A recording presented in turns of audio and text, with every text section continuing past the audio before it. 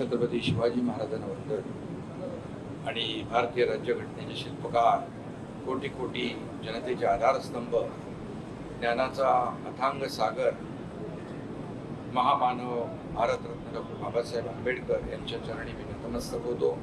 त्यांना कोटी कोटी वंदन करतो.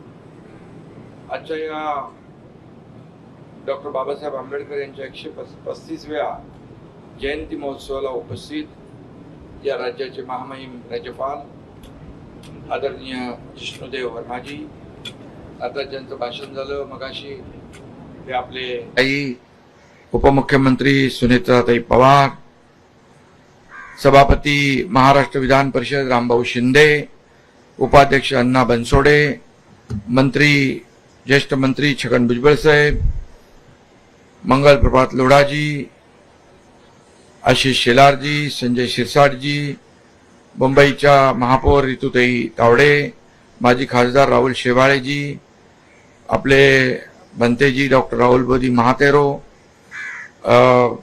मुख्य सचिव राजेश अग्रवालजी, भाई गिरकरजी, कोळंबकरजी, वाघमारे राजू, नागसेन कांबळे, दीपक केसरकर इथं आहेत, ते जवळ असल्यामुळे दिसले नाही.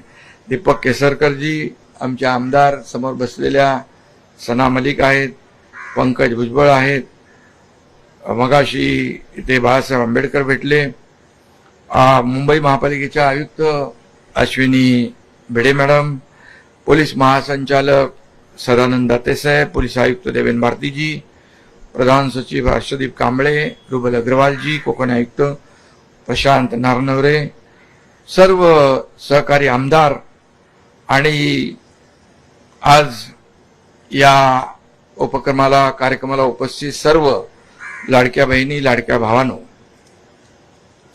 चैत्यभूमीवर आज भीमसागर लोटलाय आणि या सर्व भीमसागराला माझा जयभीम करतो. आज एका प्रज्ञा सूर्याची प्रार्थना करायला आपण सारे जमलो आहोत, त्यांना वंदन करायला आपण जमलो आहोत. महामानव डॉक्टर बाबासाहेब आंबेडकर नावाचा हा स्वातंत्र्य सूर्य आहे. आजचा हा पवित्र दिवस केवळ एका महामानवाचा जन्मदिवस नाही आहे, तर संपूर्ण भारताच्या विवेकाचा आणि स्वाभिमानाचा उत्सव आहे. जेव्हा जेव्हा बाबासाहेबांसमोर आपण नतमस्तक होतो तेव्हा तेव्हा एकच विचार डोक्यात येतो, वादळांनाही लाजवेल असं ज्यांचं कर्तृत्व आहे त्यांच्यासमोर आपण कोण आहोत. आणि म्हणून जीवनात सुख आलं भीमा तुझ्यामुळे, जीवनात सुख आलं भीमा तुझ्यामुळे, ज्वलंत संघर्षाची चाकतो आम्ही गोड फळे, बुद्ध नीतीशी भीम पर्व हे जुळे, बुद्ध नीतीशी भीम पर्व हे जुळे, मातीचं सोनं झालं भीमा तुझ्यामुळे, भीमा तुझ्यामुळे. बाबासाहेबांनी देशाला स्वाभिमान दिला, समानता आणि मानवतेची दिशा दाखवण्याचं काम बाबासाहेबांनी दिलं. बाबासाहेब हे संविधानाचे शिल्पकार तर आहेतच, पण ते आधी माणुसकीचे देखील शिल्पकार आहेत. मगाशी आम्ही ते फोटो गॅलरीत पाहत होतो. बाबासाहेब जेव्हा निवडणुकीत उभे होते तर त्यांची निशाणी माणूस होता आणि त्यामुळे त्यांनी माणसाला किती महत्व दिलंय.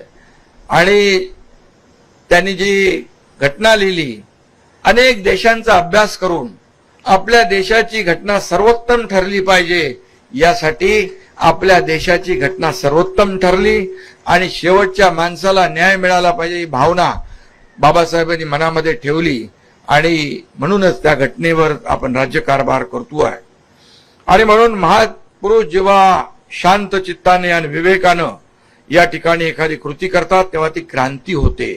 आपल्याला माहित आहे डॉक्टर बाबासाहेब आंबेडकर नावाच्या प्रज्ञा सूर्यानं, आता ताईंनी त्याचा उल्लेख केला, 14 तळ्याचं ओंजळभर पाणी पिण्याची कृती केली आणि एक क्रांती घडली. बाबासाहेबांच्या एका कृतीनं दलित वंचित समाजाला आत्मभान दिला, आत्मसन्मान मिळवून दिला. स्वतंत्र भारताच्या आजवरच्या इतिहासामध्ये एकही दिवस बाबासाहेबांचं नाव घेतल्याशिवाय आपलं जातो का? बिलकुल जात नाही. बाबासाहेबांच्या नावाशिवाय आपण काय करू शकतो का? काही नाही. आणि म्हणून आज आपल्या देशाची लोकशाही जी या भक्कम पायावर उभी आहे, तो पाया बाबासाहेबांनी रचला आहे घटनेच्या माध्यमातून. आणि म्हणून बाबासाहेबांनी दिलेलं संविधान हाच आपला राष्ट्रधर्म आहे. डॉक्टर बाबासाहेबांच्या संविधानाचा खरा सन्मान केला तो देशाचे आदरणीय प्रधानमंत्री नरेंद्र मोदीजींनी. देशाचे प्रधानमंत्रीजींनी आज आपण संविधान दिन साजरा करू लागलो हे पहिल्यांदा घडलेलं आहे. 2015 पासून हा देशाचा संविधान दिन आपण सुरू केला. आणि म्हणून आम्ही जे काही इथे खुर्चीवर बसलेलो आहोत, राज्याच्या हिताची शपथ घेतली. ती फक्त मंत्रिपदाची नव्हती, तर ती संविधानाची शपथ होती. आणि प्रत्येकाने मनात एकच प्रश्न विचारला पाहिजे की आपण ज्या ठिकाणी आहोत ते कुणामुळे आहोत. एक आदिवासी भगिनी राष्ट्रपती होऊ शकते, एक सामान्य कुटुंबातला परिवारातला व्यक्तिमत्व या देशाचे प्रधानमंत्री होऊ शकतात. या ठिकाणी मी देखील आपल्या समोर आहे. एक शेतकरी कुटुंबातला, एक सर्वसामान्य शेतकरी कुटुंबाचा मुलगा या राज्याचा मुख्यमंत्री झाला, उपमुख्यमंत्री झाला आणि आमच्या आता सुनेत्रताई उपमुख्यमंत्री झालेल्या आहेत. आणि म्हणून हे सारं घडलंय ते केवळ बाबासाहेबांच्या संविधानामुळे शक्य झालेलं आहे. आपली भीमाची लेख डॉक्टर ज्योतिताई वाघमारे या संसदेत पोचल्या त्या देखील बाबासाहेबांच्या संविधानामुळे. आणि म्हणून आता तर लाडक्या बहिणींसाठी सुनेत्राताई 33% आरक्षण या ठिकाणी प्रधानमंत्री महोदयांनी तो निर्णय घेतलाय लाडक्या बहिणींसाठी. आणि त्याचं मला वाटतं 16, 17, 18ला विशेष अधिवेशन आहे. आणि म्हणून महिलांना देखील आत्मसन्मान मिळाला पाहिजे, त्या आत्मनिर्भर झाल्या पाहिजे यासाठी सातत्याने प्रयत्न होत आहेत. आणि हा देखील आपल्या राज्य घटनेचाच एक भाग आहे. आणि म्हणून जगात अनेक ज्ञानी विचारवंत होऊन गेले, पण शोषित, दलित, पीडित, वंचित, गोरगरिबांसाठी त्यांचं किती ज्ञान कामी आलं हे याचा देखील अभ्यास करावा लागेल. पण बाबासाहेबांनी आपलं ज्ञान स्वतःसाठी वापरलं नाही, तर या तळागाळातल्या लोकांना सक्षम करण्यासाठी, त्यांना न्याय मिळवून देण्यासाठी त्यांनी आपलं पूर्ण ज्ञान खर्ची केलं. आणि म्हणून त्यांचा विचार हाच आमच्या सरकारचा डीएनए आहे असं मी म्हटलं तर वावगं ठरणार नाही.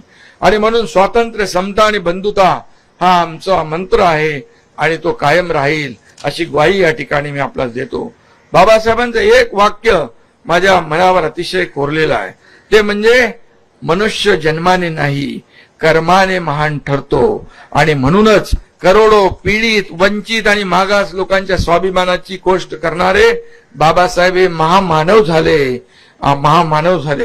आणि म्हणून बाबासाहेब हे आपला श्वास आहे, बाबासाहेब आपला प्राण आहे, बाबासाहेब आपले मानबिंदू आहेत आणि बाबासाहेब आपले दीपस्तंभ आहेत. 2047 पर्यंत मगाचे मुख्यमंत्री महोदय म्हणाले 2047 पर्यंत भारत जगातला एक शक्तिशाली देश करण्याचा निर्धार आपल्या प्रधानमंत्री महोदयांनी केला आहे. आणि त्याप्रमाणे मोदीजी सांगतात त्याप्रमाणे देशाला तिथपर्यंत नेण्याची ताकद या आपल्या घटनेमध्ये आहे, बाबासाहेबांच्या संविधानामध्ये आहे. आणि कारण संविधान हाच भारताच्या एकतेचा पाया आहे असं म्हटलं तर वावगं ठरणार नाही. आणि म्हणून अनेक कामं आपण सरकारने केली, अनेक स्मारकं उभी केली. अगदी महाराष्ट्राच्या अनेक ठिकाणी बाबासाहेबांची स्मारकं उभी राहत आहेत. बाबासाहेबांची जयंती तर संपूर्ण महाराष्ट्रात नाही देशभरामध्ये आपण साजरी करतो. अगदी गल्ली सर्वसामान्य कार्यकर्ते अगदी स्थानिक पातळीवर देखील ती साजरी करतात. परंतु या ठिकाणी मी एवढंच सांगेन, शेजारी इंदू मिल जे आहे येथे अतिभव्य असं बाबासाहेबांचं स्मारक उभं राहत आहे. याचं काम झपाट्याने सुरू आहे आणि हे काम जगाला हेवा वाटावा असं आहे. या ठिकाणी हे काम 95% पूर्ण झालंय. कोणतीही अडचण यामध्ये येणार नाही. ते पूर्ण होईल त्यावेळेस याकडे जग चकित होऊन पाहिल्याशिवाय राहणार नाही. अशा प्रकारचं भव्य दिव्य बाबासाहेबांचं स्मारक आपल्या इंदू मिल या ठिकाणी उभं राहत आहे. लंडनमध्ये देखील लंडनची देखील आठवण काढली. लंडनमध्ये बाबासाहेब राहायचे त्या घराची देखभाल, सुशोभीकरण, त्याचं ठावठेवा सगळं रखरखाव या ठिकाणी आपलं सरकार करते. आणि म्हणून आज इथं चैत्यभूमीवर आलेल्या सर्व लाखो बाबासाहेबांच्या अनुयायांचं मी मनापासून स्वागत करतो. इथं मुंबई महापालिका, राज्य सरकार, पोलीस विभाग या सगळ्यांनीच याची चोख व्यवस्था या ठिकाणी केलेली आहे. कुणाची आमच्या लाडक्या बहिणी, लाडक्या भावांची गैरसोय होणार नाही याची काळजी आपण घेतलेली आहे. आणि म्हणूनच मी या ठिकाणी एवढंच सांगू इच्छितो, सत्ता हे समाज परिवर्तनाचं हत्यार आहे असं बाबासाहेबांनी निक्षून सांगितलं होतं. त्याच तत्वावर आपण चाललोय. कारण शेवटी सत्ता ही सर्वसामान्यांच्या आयुष्यामध्ये चांगले दिवस आणण्यासाठी आहे, बदल घडवण्यासाठी आहे, त्यांच्या जीवनामध्ये आनंद निर्माण करण्यासाठी सत्ता असते. आणि तेच बाबासाहेबांनी सांगितलं होतं.